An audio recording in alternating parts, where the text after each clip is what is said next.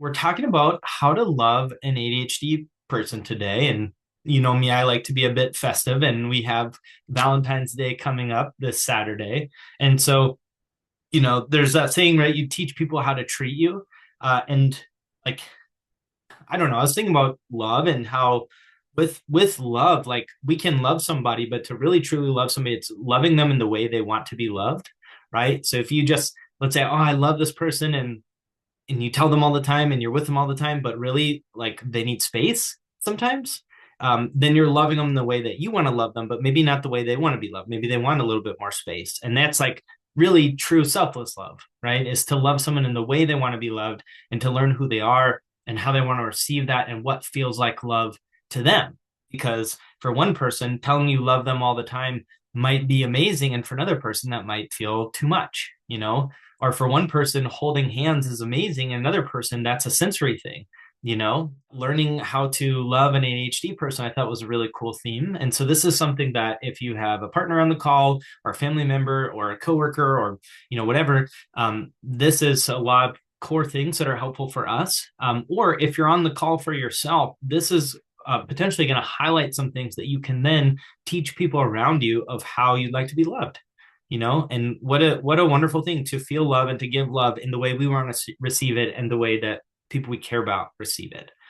So what I want to first start out with is just talk briefly on love languages. I mean, I don't know if you've heard of these before, but there are different love languages, and in different people, love languages are going to feel more like love to them. So the 5 love languages are words of affirmation, acts of service, gifts, quality time, and touch.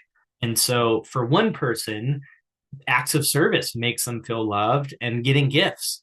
And for another person, they don't care if you do something for them or act of service or gifts. They want hugs and they want to hold hands and they want like time with you or do activities. So if you don't know what the other person's love language is, you might be thinking that you're loving them and they might not feel loved. And it's like, what are you talking about? I filled your car up with gas and I cleaned out the garage. What do you mean you don't feel loved? And the other person says, well, like, we haven't spent any quality time together, or you never hold my hand anymore. And so understanding love languages is really helpful. And that's something you could Google, right? It's out there. What I want to pivot into, and this is kind of fun, but they say the 5 neurodivergent love languages. So this is a kind of an add-on to that before we get into our list. And so this is like kind of fun and kind of true. Is info dumping is number 1. And so sharing our interests or our passions and being able to share that and having them received and like talking about our special interests and being able to share that with somebody is really fun. And that can be a love language for some of us, is to be able to talk about that and not have them get bored or roll their eyes and say, oh my gosh, like tell me more, about that. So info dumping can be one of our neurodivergent 5 love languages. That can be one. Number 2 is called parallel play or body doubling. They're 2 different things. So parallel play, an example of that, and this is common for neurodivergence, is maybe your partner or your kid or your friend is reading a book and you're playing a video game, or you're reading your own book and you're doing the same room next to each other, and it's the shared space where you can do an activity and stay calm and be in your own world but have somebody with you. That's parallel play. So you're in the same room, you're doing 2 different things, but it's sharing the same space without this direct conversation, which can be really nice for sensory stuff or social cues or not wanting eye contact. So that's parallel play. And then pairing with that is what's called body doubling, where somebody's doing it alongside you or they're sitting with you while you're doing it. And so body doubling, for example, let's say you do need to read a book, so parallel play, the other person's going to read their book. Body doubling, they might read it with you, or they might sit with you and you get to read it out loud to them, and then you got your reading done, but there was somebody there that helped you get it done, right? Or you need to do your taxes and your friend jumps on Zoom and you do taxes together at the same time. So it's really like somebody's there with you, and it's like this different form of intimacy with both of those. So number 3 is kind of interesting, support swapping. So this is like taking turns offering assistance. Is there anyone here who it's a lot easier to clean someone else's house or organize someone else's house instead of your own? Is there anybody that it's easier, like, oh, I'll do the dishes for you, like, oh, I got this, let me take care of you, or like, oh, I'll organize this, but when it comes to us, it's really hard.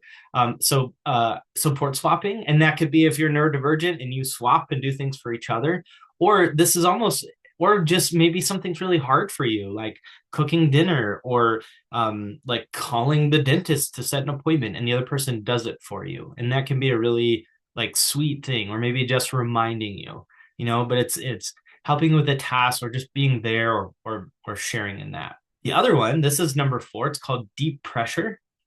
Deep pressure. So this could be hugs, weighted blankets, holding hands. It's actually in some people, depending on your sensory needs, you may or may not like this. So again, it doesn't mean these. This is like, think of 5 love languages. You might have 2 that you love, or 3 that you love, and 2 not as much. For some, and I'm in the deep pressure category, like a tight hug, a weighted blanket, holding hands firmly, like body weight can be very calming and soothing to our nervous system, especially if you're on the spectrum as well as ADHD, which I am. They've done a lot to show that it's really helpful before bedtime for deep pressure therapy, especially with parents who have kids who are neurodivergent, who have trouble going to bed. Sometimes like deep pressure therapy, or like pushing down on like arms and legs and stuff on bed, it for some reason with that, it really can help soothe our nervous system and calm it down. And it's pretty cool. And then this is kind of fun. So this is number 5. It's called penguin pebbling. So they say, in the language of neurodivergent love, small, thoughtful acts speak volumes. So it's kind of like how penguins give pebbles as gifts to show they care. And so if you think of something, you're paying attention, like your friend likes Harry Potter, and you find like a little Harry Potter bookmark and you give it to them, or there's like a little heart rock that you find that's literally pebbles, right, out there, or you remember something like, oh, I remember when you told me that as a kid you had a birthday and you had a Scooby-Doo thing and it was like your favorite, like little stuff that's just thoughtful. That because the interesting thing is, like, yes, sometimes we can forget things, but also sometimes we can remember stuff that nobody else can, and it's really interesting. And so that can feel really special to us when somebody remembers something unique, or if we do that for other people. Or even just, let's say your friend buys you a t-shirt for Christmas as a Christmas gift, and they got the soft fabric because they know about your sensory needs. Like, oh, that's really sweet. So those are just kind of fun. Somebody made those up as the 5 love languages for neurodivergence. So there's info dumping, parallel player body doubling, support swapping, deep pressure therapy, and then penguin pebbling. So I thought those were a fun thing to start out with. And now what I'm going to shift to now is how to love an ADHD person. And this is somewhat geared to someone outside of us, right? So this is so we can teach people how to do this. So you could share this call with a spouse or a friend or a partner, or just family, whoever. And so this is kind of geared towards somebody that maybe doesn't have ADHD, that doesn't understand as much, because we are going to have a little bit more understanding as a neurodivergent person, of what may or may not be helpful. And so this is for somebody maybe on the outside, or just would like to clarify. So number 1 is we want to just understand ADHD, right?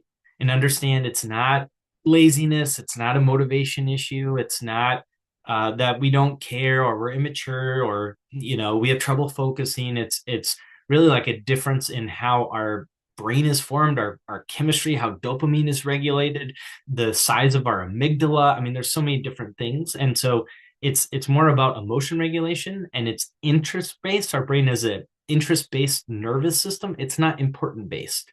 So just we might be interested in something because it's brand new, and neglect something else. It doesn't mean we don't care. It's not important. Our brain just goes to dopamine because it's new, right? And dopamine is the fuel that makes us do things. It's the motivator.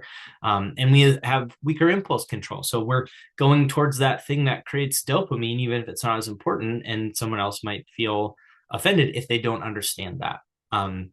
So forgetfulness does not equal lack of care. Inconsistency is not manipulation, right? It's just varying in our neurochemicals. Number 2, so one, we want to be understood, right? And how our brain works. And we've got some other great calls I've done on that. Number 2 is communication. So regulating yourself before you communicate, and this is good for all of us, is really important because tone and timing is going to affect us as a neurodivergent person even more, especially with our rejection sensitivity dysphoria, which is that like even perceived rejection can create emotional pain in the brain. And so even a neutral tone, sometimes we can take as negative, and then we can go into a shame spiral. And so regulating tone and just being aware of not creating a lot of shame in these conversations is really important. Um, Also understanding and giving us the space. If there's a serious conversation, the you probably do not want to have that if we're overstimulated, if we're exhausted, if we're dysregulated, if we're hungry. That's like a serious conversation, and letting us say, hey, let me regulate and come back to this versus, oh, you don't care, you're not making a priority. It's like, no, I want to be my best self. So just being aware of that. Um, and we can have big emotions, right? And so if we need to, really, this is for us, like we need to know what we need. If we're overstimulated, that's on us, but allowing for pauses for us to regulate. I mean, this is for anybody, right? Or saying, okay, I've hit my max, I'm overstimulated. Could we, this is really important, could we talk about this tomorrow? Could we finish this? And like letting us like trust our bandwidth, if that makes sense. Is going to be helpful. And then kind of to piggyback on that, number three is being direct, not ambiguous or implied. So say what you want directly, and then say what you do want versus don't say, here, I don't want this. I don't like this is happening. Tell us what you do want. So, and honestly, like, because I've worked in mental health, I've worked with couples therapy before. This is kind of for everybody, like as we kind of hear about this, and even more so us. So there's a little bit of a nuance behind this as well. But being direct is really important because we may not pick up on certain things, especially if you're on the spectrum. You might take things literally. So, for example, if you've ever heard of this, like let's say the dishwasher needs to be emptied, right? And a partner says the dishwasher needs to be emptied. There are some people that would be like, yeah, it does, but take that literally. So instead of the implied, like, could you empty out the dishwasher? It's like, yeah, it does. And then we might just go on our day, and not understand that or not know it's direct. And there's little situations like that. So just being direct on what you do want can be helpful. And it's not that the person's ignoring it or pretending they didn't hear it. They could just be taking it literally. And then also just going back to like saying what you do want versus not what you don't want, right? So, and this is for anybody. Like, let's say, here's an example of this. Like, let's say you get home and you're with your partner, and they say, "You never ask about my day. I always ask about it. You never ask about my day." That can create a lot of shame, right? Versus them saying, you know what, I love when you ask about my day. It means so much when you come home from work and you ask me about that. I'd love for you to do that every day if you can. Like, think of just in the way that that's phrased, like, here's what I do want and here's why I like it, versus this isn't happening, I don't like it. What that does to the other person's nervous system. And again, I've worked with couples before. Like, this is for everybody, right? This is like couple therapy 101 is like saying what you do want and what your needs are. However, we're more prone to shame. So I'm going to say this is even more important with a neurodivergent partner to say what you do want, because we can get down a shame spiral and think, man, I'm terrible. I'm missing stuff. I'm already overwhelmed. And then we might go internal, or we might go in the bedroom and like isolate, right? So saying what you do want is really helpful. Clear requests are way better than passive aggressive emotional pressure, right? Like, hey, can you empty the dishwasher by 5 p.m.? Deadlines are going to be helpful as well. Just defining those expectations is really, really helpful as well. And not just relying, well, they should know, they should pick up on this. And I'll give you an example. Like sometimes we don't register stuff. So one of the things is, and I use clearing out the dishes, is sometimes you just walk by and you don't even notice it, right? Or like sweeping the floor. You just, because we can get so hyper focused, we might not notice the floor is dirty until it's really dirty. So if you have a partner that notices that sooner, and we're in our own world, and they feel like, hey, you're not helping, you're not picking up on stuff, you're not noticing the floor is dirty, our threshold might be a lot more for noticing something's dirty because it has to really stick out, right? It might have to be really bad. And so just understanding that. And then for us, understanding that our threshold is different and we want our right, like, so the partner might come to us and say, hey, I know like the floor, it's when it's dirty, it gives me so much anxiety and it's so helpful when you do it. Would you be open to doing the floor once a week or twice a week? Because it would just relieve so much anxiety. Because the thing is, we have empathy. A lot of us have really deep empathy, and we love people. And so if we know it makes them feel better, and we don't want them to feel anxiety, that could be a motivation versus like you never clean the floors, you never notice when it's dirty, like you don't help out. You know what I mean? Like it's just a completely different way of communicating. Next thing, number four, is externalizing structure. So has anybody had someone in their life say, "Hey, can you do this later, or can you take care of this?" And you totally forgot? Has anybody experienced that before? It's like, oh my god, right?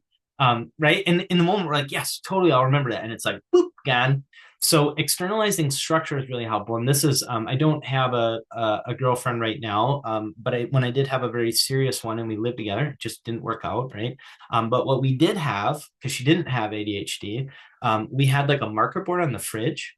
And so when there was a task that she wanted me to do, I was in the habit of checking the marker board every day because we both knew that I wasn't going to remember it. And it's not because I didn't care. It's not that at all. It's like my brain's going 100 miles an hour. So it's having a system, right? And accepting how our brain works and accepting each other and then figuring out a process. So having a shared calendar, like a Google calendar that we put on there. So I didn't forget if there's, an event, there might be reminders, some kind of system. And then for us, if they tell us something, we need to write that down, right? Some of this is us knowing how as well, and we can have object impairment. So we might forget if we don't have it in front of us. Another thing is repetition is really helpful, not nagging. So if it's like, hey, would you mind remember this? Like, it's kind of like, oh, here's a reminder versus like, listen, you didn't do it again. What do I have to do? Right? It's just shame, shame, shame, shame, shame. And we already have a lot of that. So yeah, build systems together that work, that avoid shame and still get the partner's needs met as well. Number five is separate impact from intent. So sometimes if you're not neurodivergent, it can seem hurtful once in a while if we forget something or, and so you can, we still want to validate, like name the impact without assigning character flaws, right? So for example is, not that I did this, but like, let's say, hey, we had talked last week about having a date night on Tuesday. And when Tuesday came and I thought we were going to do that, you had to work and that hurt my feelings. Right. So again, it's factual and how it made me feel. It made me feel really sad. When this happened, I felt sad versus like, you don't care. You're not making this a priority. You don't even want to be with me. Right. Like that stuff, again, is not the way to get the needs met. It's name the impact without blaming someone. So avoid labels, selfish, lazy, careless, focus on the behavior, right? And adjustment. And then it might say, Tuesday we're supposed to go on a date. That didn't happen. I felt really sad. And I'd love to go on a date with you this week. What's a day that we can commit to? Because I want some time with you, and I need that. I need connection, right? So it's both people kind of communicating. Dopamine. This is another one. Is so we will chase dopamine, and we need novelty. We need play. We need movement. Our routines need to be flexible, or we can just like not do well. And so that's something like support dopamine. Don't judge if we need something new, or like you're always doing new hobbies. Like again, a lot of this is like shame. It's a lot of this is like not treating extra shame. So like supporting new hobbies, play, going out and taking a walk, supporting movement, needing to exercise, those kinds of things. Because we need dopamine, we need it to feel okay. And so we need it. And then obviously with routines as well, like understanding if we go for a walk after dinner, like every day for 2 weeks, and we need to switch it up, that's not something against the person. We might just need a different routine, because we have a dopamine, we have less dopamine. And this is what I'll say too for the partner as well is don't become the parent. So if you are with someone who is not neurodivergent and you are neurodivergent, there's a dynamic that can happen sometimes where sometimes we can feel small, depends on the dynamic, because we forget stuff and some stuff's harder for us, even though other stuff is way easier and we're incredible at it. But in our society, sometimes like we feel like we can fall short sometimes with keeping things clean or making meals for ourselves or executive function or getting sleep, and it can seem easy sometimes for the other person and harder for us. And so if you are in this dynamic, sometimes the other person can, if they're not watching their boundaries too, it can be a little bit of a caretaker thing. And you just want to be aware to not be in that, because the things that feel easy for them, they might do for you, unless you've talked about it, right? So just don't overextend if you're loving an ADHD person, and try to, you can give support, but that doesn't mean manage someone's life or rescuing or micromanaging. So an example is, and don't do stuff if you feel like you're going to get resentful. So like if somebody didn't make food, they forgot to eat, and you already cooked food, and making more food is not just, oh, I care about them, I want to do it. Oh, this feels kind of resentful. Don't do it. We can be hungry. We survived before you. We figure it out. A lot of us are doing pretty well, actually, because we have these extreme gifts too. And I know I'm focusing on some of the things that might feel harder, but we have so much to offer in a relationship. It's incredible. So this is just kind of some of the things that might be pain points that I've seen. But I'm not talking about all the amazing things that you get. They're amazing things. So yeah, so it's more about collaboration, right? And give when you want to give, but not because there's strings attached or you expect something because you want to.